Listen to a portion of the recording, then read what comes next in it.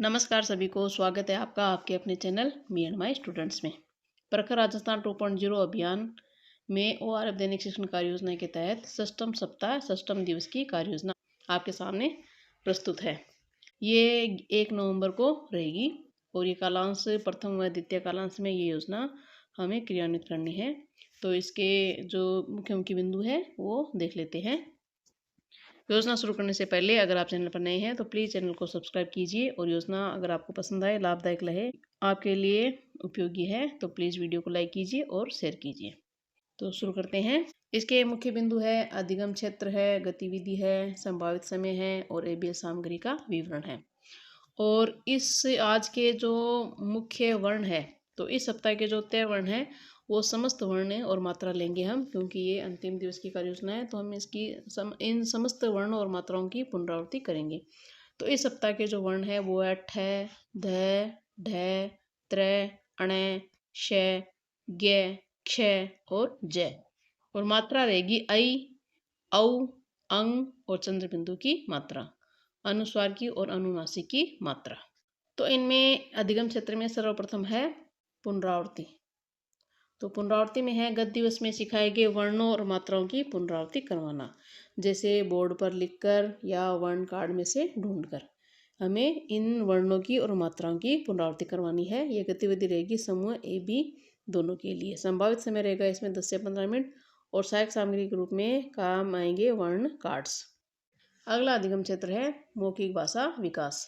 तो इसमें आज बच्चों को शब्द वर्ग पहेली का खेल खिलाएंगे। आज शनिवार भी है और नो एक्टिविटी के रूप में तो हम आज बच्चों को न कोई कहानी सुनाएंगे न कोई कविता सुनाएंगे। आज हम बच्चों को बोर्ड पर एक खेल खिलाएंगे, शब्द वर्ग पहेली। हम एक वर्ग पहेली बनाएंगे और वर्ग पहेली में कोई भी शब्द नहीं रहेगा और बच्चे अपने मन से उनमें 2 अक्षर के, 3 अक्षर के, 4 अक्षर के शब्द लिखेंगे अपने मन से और उन्हीं शब्दों को पकड़कर दाएं से बाएं या ऊपर से नीचे शब्द वर्ग पहेली बनाएंगे। तो इनसे बच्चों को नए नए शब्दों का ज्ञान भी होगा और वो शब्द पठन भी कर पाएंगे।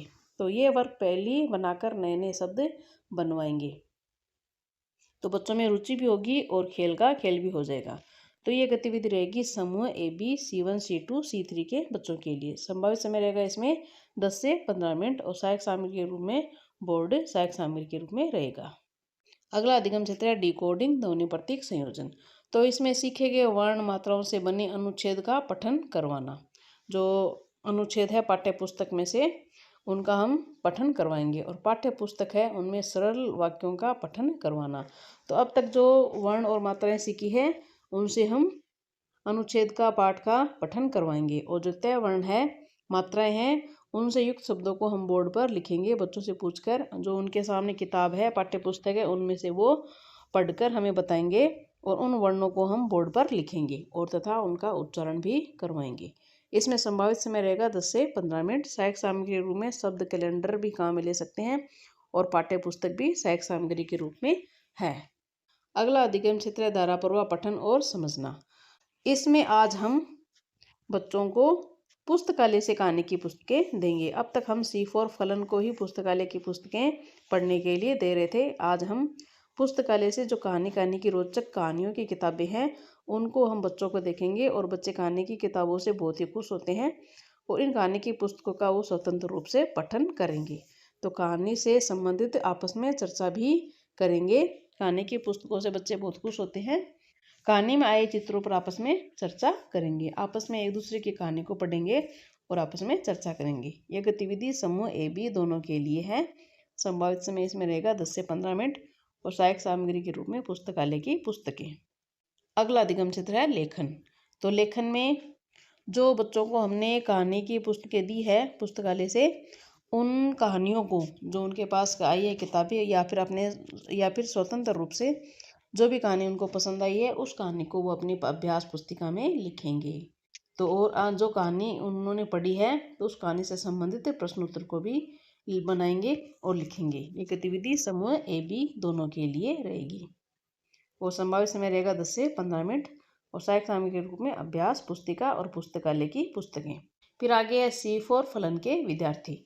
तो इस समूह के विद्यार्थी है उनको भी हम पुस्तकालय की पुस्तकें देंगे पढ़ने के लिए। तो वे पुस्तकालय की पुस्तकों का स्वतंत्र रूप से पठन करेंगे और इसमें समय रहेगा उनका 2 कालांश। 2 कालांश में वो पठन करेंगे सहायक सामग्री के रूप में पुस्तकालय की पुस्तकें। तो इस तरह से हमने षष्ठम सप्ताह षष्ठम दिवस की कार्य योजना पर चर्चा की है। छठे सप्ताह के छठे दिवस की कार्य योजना ये मैंने अपनी तरफ से एक प्रयास किया है। इसमें आप अपनी तरफ से कुछ भी बदलाव कर सकते हैं। अपनी तरफ से कोई कहानी कविता भी ले सकते हैं या पुस्तकालय की पुस्तकों पर भी कार्य कर सकते हैं।